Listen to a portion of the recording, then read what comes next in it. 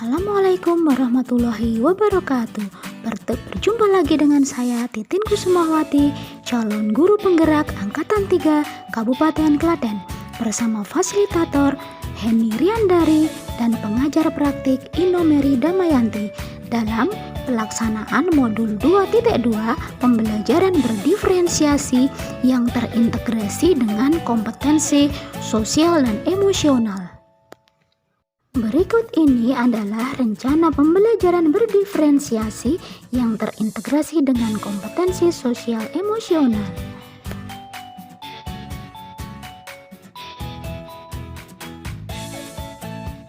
Diferensiasi yang saya laksanakan meliputi diferensiasi proses dan juga produk. Dalam hal ini, saya mendasarkan pada kebutuhan profil belajar murid, yaitu auditori, kinestetik, dan juga visual. Sementara itu, untuk kompetensi sosial emosional yang saya ambil yaitu yang pertama, kompetensi kesadaran diri, yang kedua, mengambil keputusan yang bertanggung jawab, dan kompetensi yang ketiga yaitu kesadaran sosial, kemampuan berempati.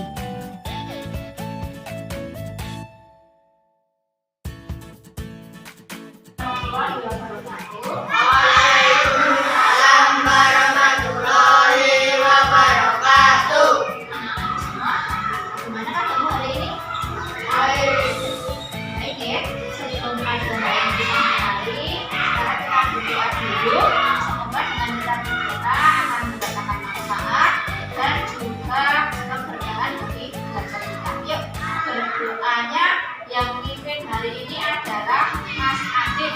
Yuk, Adit, silakan dipimpin.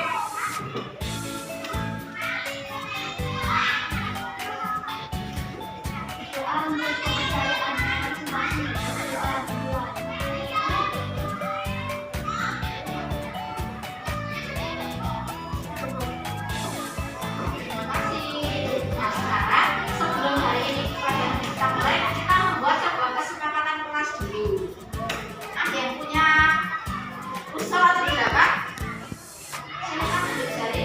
Kita buat kesepakatan kelas. Selama kita belajar, kita harus satu. Yuk, silakan. Sekarang perhatikan ke depan. Di sini kita akan belajar mengenai habitat makhluk hidup. Lihat, di sini sudah ada beberapa gambar mengenai makhluk hidup. Tumbuhan ya. Yang pertama adalah gambar apa itu? Kaktus. Yang kedua gambar apa? Yang ketiga gambar apa? Yang keempat? Gondok. Tiap-tiap makhluk hidup atau tumbuhan itu mempunyai cara untuk beradaptasi sendiri. Para perhatikan. Yang pertama adalah kaktus. Kaktus itu hidupnya di tanah yang gersang atau panas. Dia tidak suka air.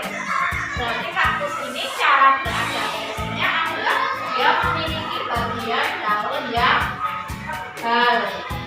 Untuk apa toh ini? J, betul sekali. Berikutnya ada gambar.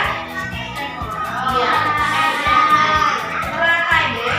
Nah, keratai itu mempunyai daunnya itu tipis lebar karena dia hidupnya mengapung di air. Seperti itu. Jadi dengan dia mengapung di air, dia punya banyak sekali air yang harus dikeluarkan.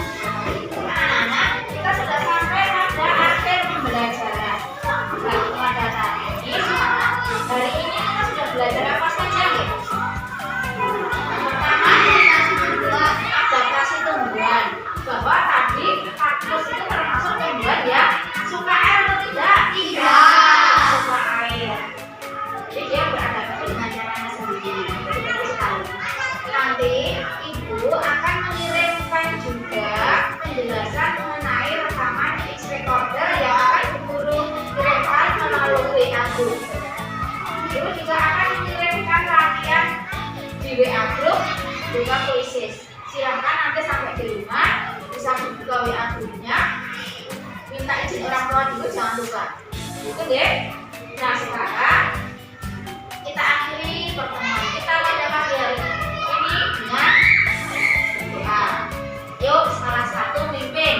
Yang pagi-pagi siapa? Ya, silakan adik bisa dipimpin. Kita berdoa dulu sebelum mulai.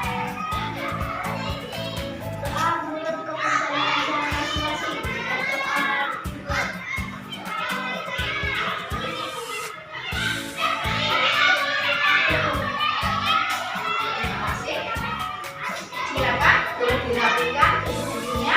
Kita jumpa lagi besok pagi. Jangan lupa. Assalamualaikum warahmatullahi wabarakatuh. Waalaikumsalam warahmatullahi wabarakatuh.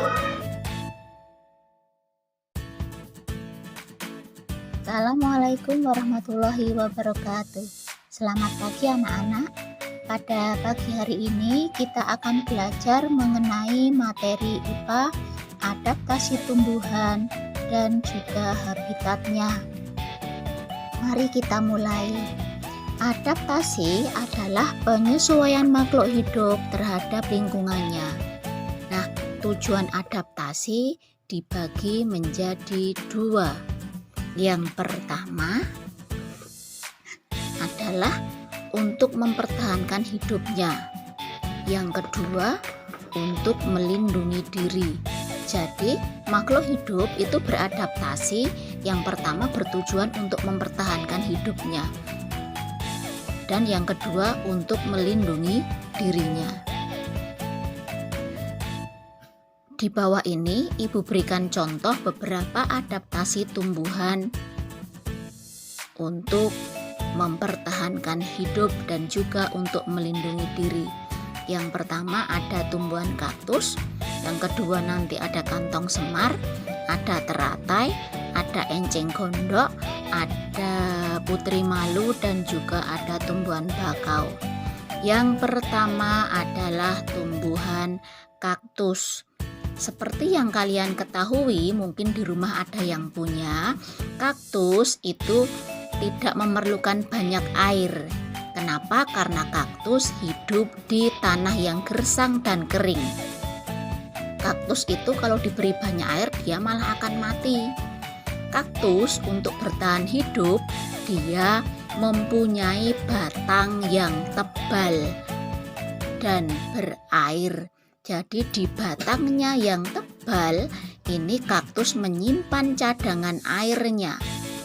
Dan kaktus juga memiliki daun yang berbentuk duri. Daun kecil berbentuk duri lancip itu berfungsi untuk mengurangi penguapan karena dia hidup di tempat gersang dan kering yang tidak banyak air. Kemudian yang kedua ada tanaman teratai. Tanaman teratai seperti di gambar, mungkin ada yang belum pernah melihat.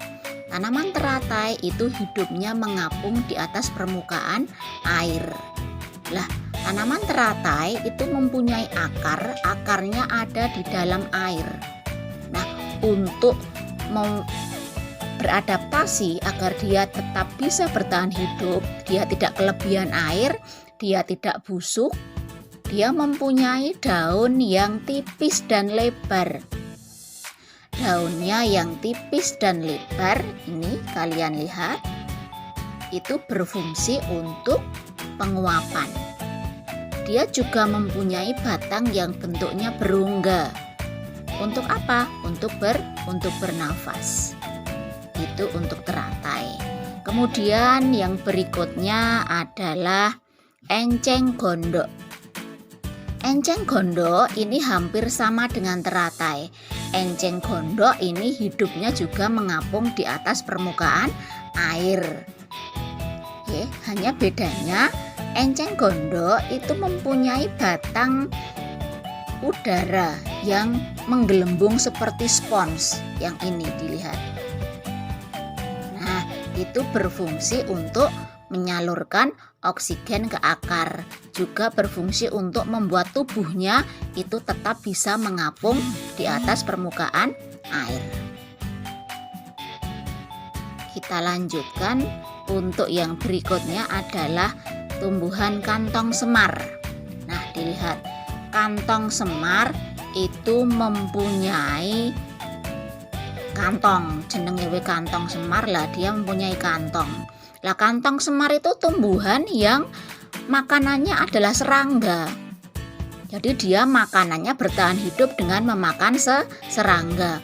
Nah, si kantong semar ini karena memakan serangga, dia termasuk tumbuhan insektivora atau tumbuhan yang memakan serangga. Jadi insektivora itu adalah tumbuhan, golongan tumbuhan yang memakan serangga.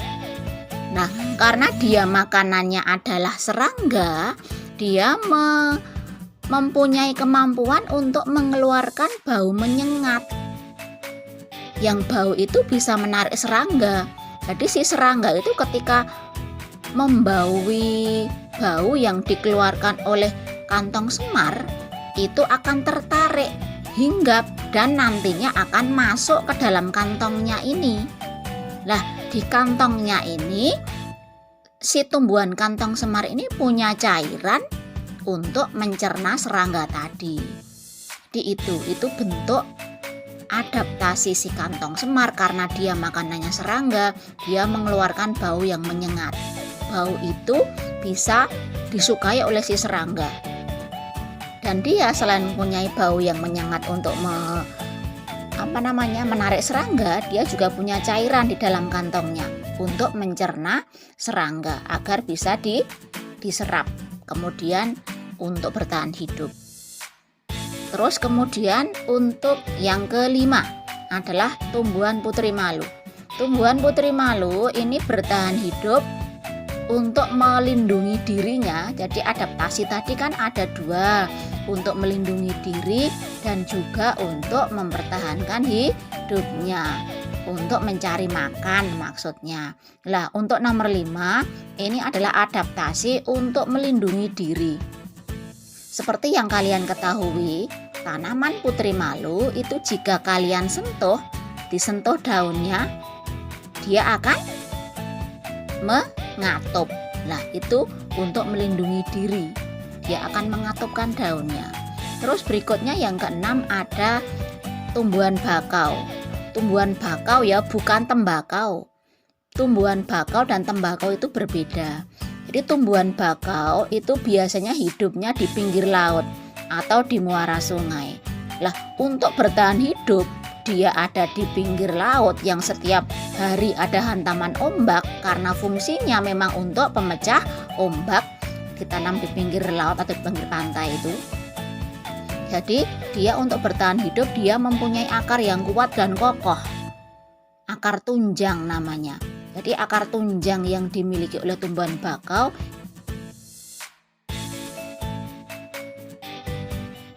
Refleksi saya setelah melaksanakan pembelajaran berdiferensiasi yang terintegrasi dengan kompetensi sosial emosional.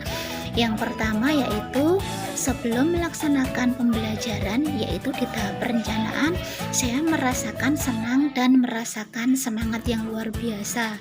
Di sini dalam melaksanakan pembelajaran berdiferensiasi, saya berpegang pada perbedaan profil murid, yaitu auditori, visual, dan juga kinestetik.